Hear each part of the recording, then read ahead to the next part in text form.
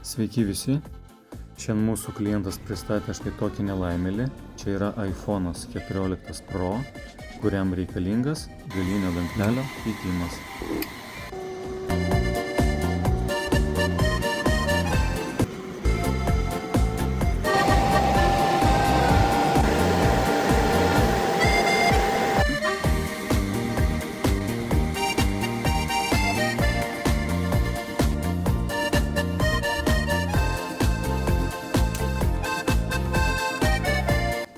Šiandieninė misija įvykdyta, pakeitėme galinį dangtelį, dabar įrenginys vėl atrodo kaip naujas.